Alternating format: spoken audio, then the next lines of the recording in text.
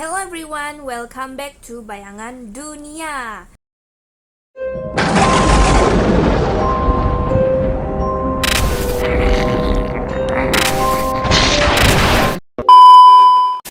Ini adalah videoku yang kedua. But first of all, aku mau mengucapkan selamat menunaikan ibadah puasa bagi yang menjalankannya. Semoga dapat berjalan dengan baik dan lancar hingga akhirnya.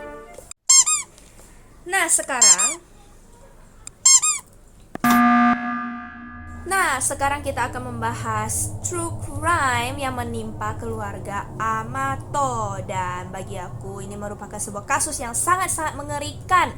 Karena ini tuh terjadi gitu. Bukan kayak yang fiktif, bukan juga film, tapi ini ternyata ada terjadi di dunia kenyataan. Aduh, bagaimana ini? Aduh, kita langsung masuk ke pembahasannya aja ya. Pada tahun 2019, di Florida, Amerika Serikat, terjadi sebuah kasus pembunuhan yang sangat mengerikan pada keluarga Amato. Nah, kita mulai dari latar belakangnya dulu ya.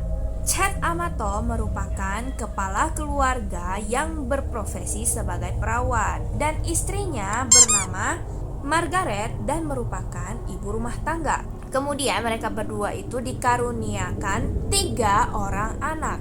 Yang pertama adalah Jason, yang kedua adalah Cody, dan yang terakhir adalah Grant. Tapi Jason merupakan anak angkat gitu. Tapi kalau Cody dan Grant merupakan anak biologisnya mereka berdua. Jason memiliki rasa ingin cepat bisa independen gitu, mau berpisah dari keluarganya. Dan ketika dia menginjak usia dewasa yang sudah dianggap dapat independen, dia langsung keluar dari rumahnya dan berpisah dari keluarganya. Kita coba lihat anak yang kedua, yaitu Cody.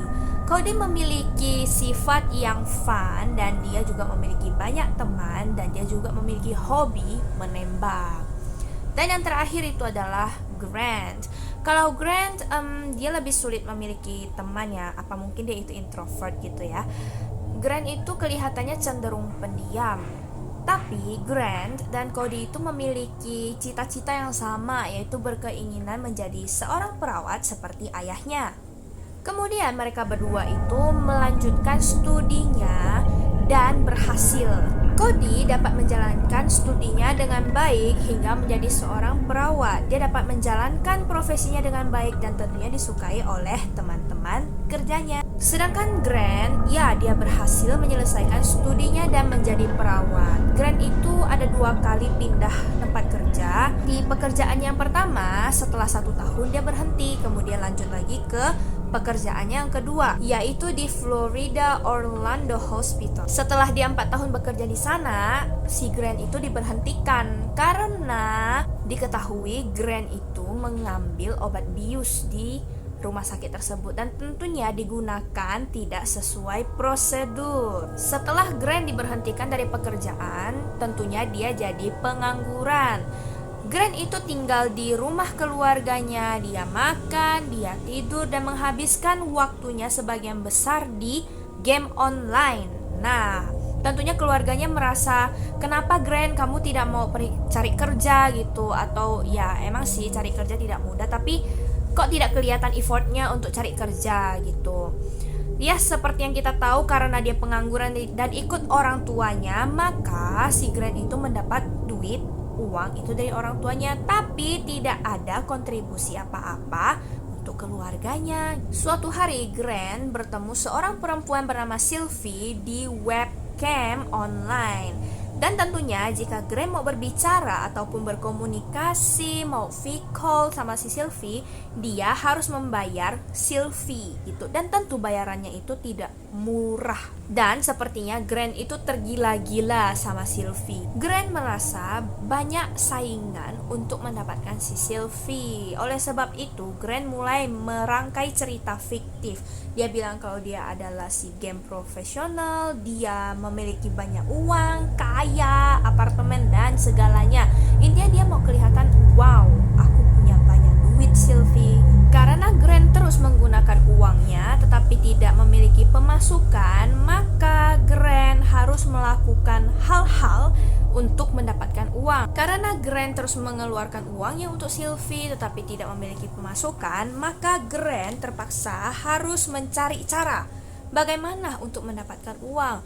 Pertama-tama, Grant itu meminjamnya ke keluarganya, ke papa, mama, atau abangnya dengan alasan mau menitis karir, mau berinvestasi, dan semua itu disupport oleh keluarganya. Karena semakin besar nih uang yang diperlukan untuk menghubungi Sylvie, maka Grant mulai mencuri. Dimulai dari mencuri kredit cardnya abangnya, sampai dia rela menggadaikan sertifikat rumahnya demi mendapatkan uang untuk berhubungan sama Sylvie. Sebucin apakah dia ya? Tapi apakah tidak bisa berpikir itu, wah ini tuh sudah tidak beres gitu. Kenapa terlalu tergantung dan menggunakan uang yang besar hanya untuk seseorang yang di dunia maya gitu. Tapi ya sudahlah, mungkin Grant sudah termakan dan termabuk cinta gitu ya. Nah, sampai di suatu titik keluarganya mulai merasa Grant ini sudah tidak benar. Wah, ada yang salah dengan si Grant. Dan ketahuan bahwa si Grant ini berhubungan dengan Sylvie di webcam. Dan uang-uang tersebut ternyata digunakan untuk berkomunikasi bersama si Sylvie. Keluarganya itu bukannya memarahi dia, ngamuk sama dia. Mungkin mereka berpikir, oh ini karena dia tuh stres karena kehilangan pekerjaan. Mereka memberikan nasihat kepada Grant. Keluarganya itu memberikan support. Bahkan kakaknya itu membawa si Grant untuk jalan-jalan ke luar negeri. Ya, siapa tahu si Grant itu dapat ke-trigger gitu untuk memperbaiki kehidupannya dengan cara bekerja atau benar-benar memulai sebuah bisnis. Tetapi sesudah pulang dari jalan-jalan, papanya si Grant itu mendapatkan si Grant itu masih mencari si Sylvie di webcam itu. Maka ngamuklah papanya. Maksudnya udah banyak effort kita kasih ke kamu gitu, masih begini, itu masih mengulang kesalahan yang sama, jatuh ke lubang yang sama. Marahlah papanya. Tapi si Grant ini malah lebih galak gitu daripada papanya gitu. Kayak ada nggak yang tersindir nih?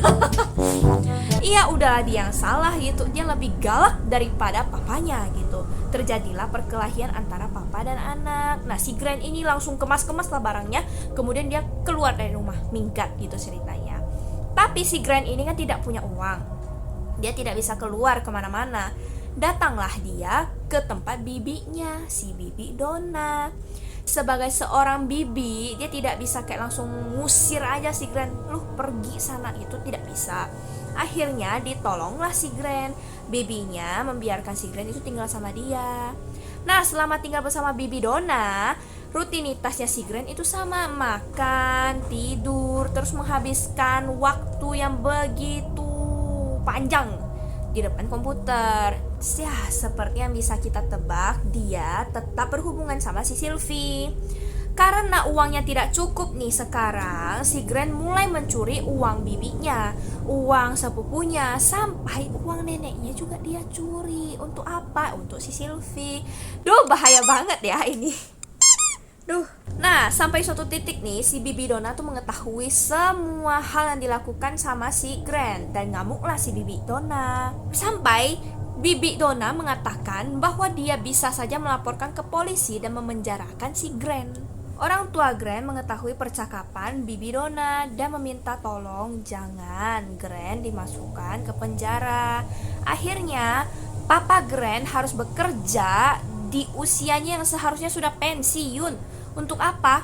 Ya untuk membayar hutang-hutangnya si Grant. Supaya tidak terjadi hal yang lebih buruk lagi dengan bibi Donna, akhirnya si Grant itu pulang ke rumahnya.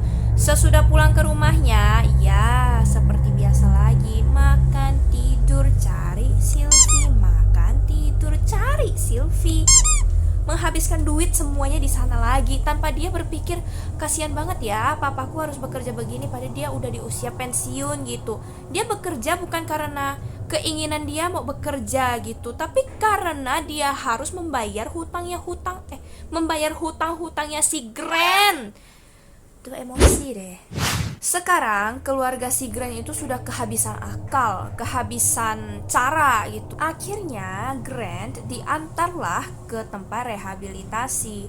Tentu biaya rehab itu bukan murah ya, dan biaya tersebut dibiayai oleh abangnya si Cody.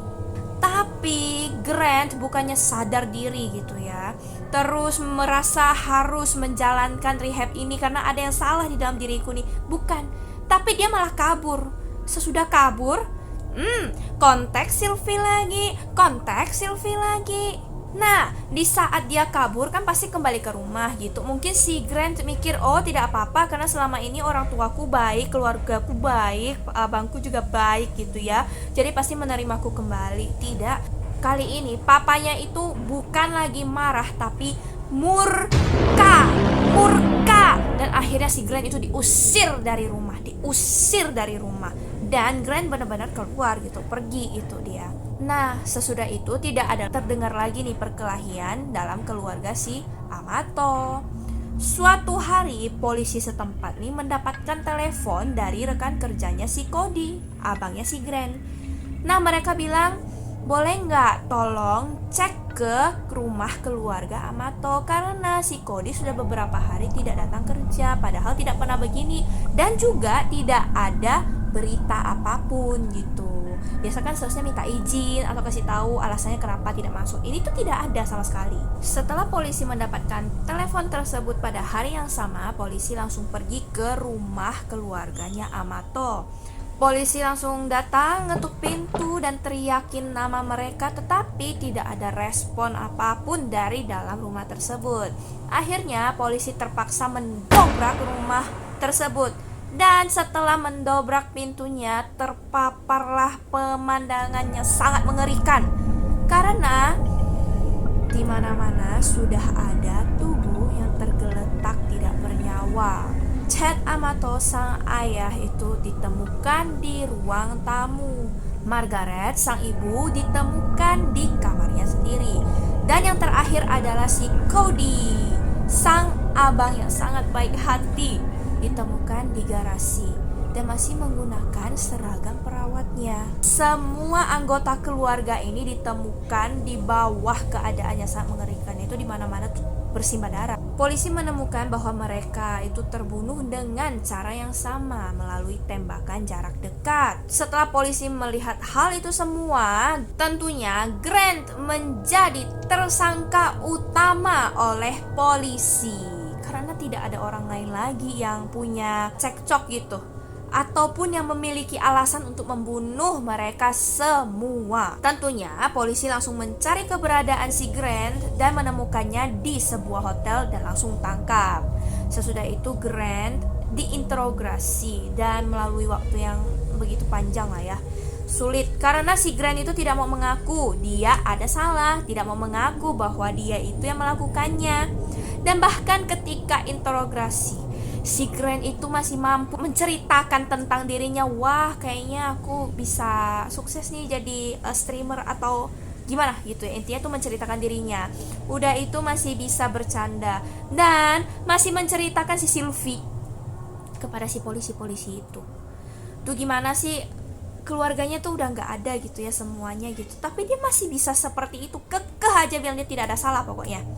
Terus si Jason abangnya yang pertama tuh juga ada datang untuk melihat si Grant. Ya biasalah, mereka pasti pelukan nangis itu kan. But bagaimanapun juga ya, si polisi tetap yakin nih bahwa si Grant adalah pelakunya. Polisi juga menemukan secarik kertas di dalam mobilnya Grant.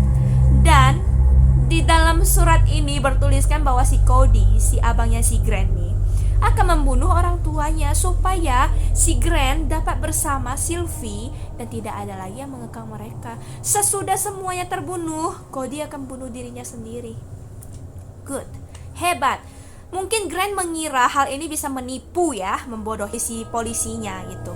Ternyata ya tidak segampang itu dong. Orang tulisannya ada tulisan tangannya si Grant sendiri gitu loh, bukan tulisan tangan orang lain gitu. Dia menggunakan tangan dia sendiri untuk menulis surat itu gitu.